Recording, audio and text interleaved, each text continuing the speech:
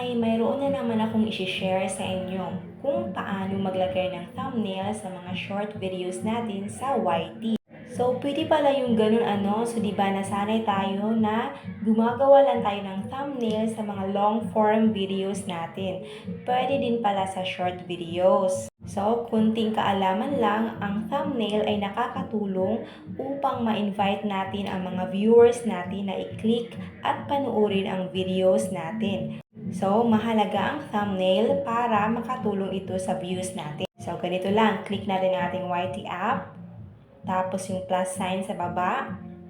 Tapos, pili lang kayo ng video na gawin ninyong short. So, dapat mayroon na kayong ready na video. Tapos, pag na-click nyo na yung video, click next. Then, add sound muna tayo. Then, search muna tayo ng song na gusto nating i-background sa ating short. So, yan. Black Rose. And then, maglagay muna tayo ng mga text or anong gustong text ninyo na ilagay nyo sa inyong short. Sa akin, @nov at subscribe lang. So, ayan. Depende sa iyo kung anong mga text ang gusto nyo ilagay sa inyong short.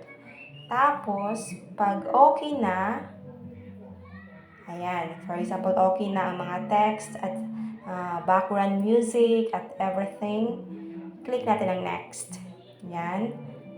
Then, maglagay muna tayo ng title. Black Rose.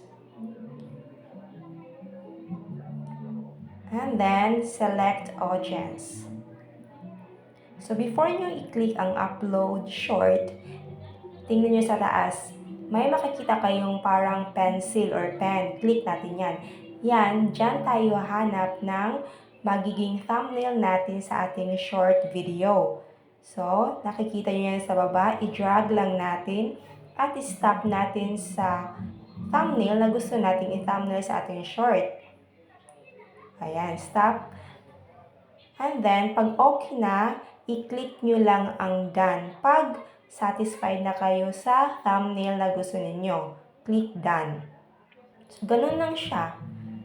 So, mayroon na kayong thumbnail. Ayan, click done. So, yan. O, diba? So, yan ang makikita sa short video ko na thumbnail. Then, upload short. Click. Tapos, yun na. Starring kayong now ni Kuya Books. So, yan. Uploading na siya. Tapos, yan. Yan na ang makikita sa short video ko. So, tingnan natin sa ating short. Ayan.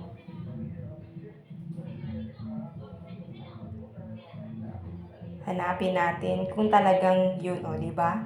So, yan. Ganun lang siya kadali para maging or mayroon na tayong thumbnail na gusto natin. So, diba? Kasi siya short. Kung anong thumbnail lang, yun lang.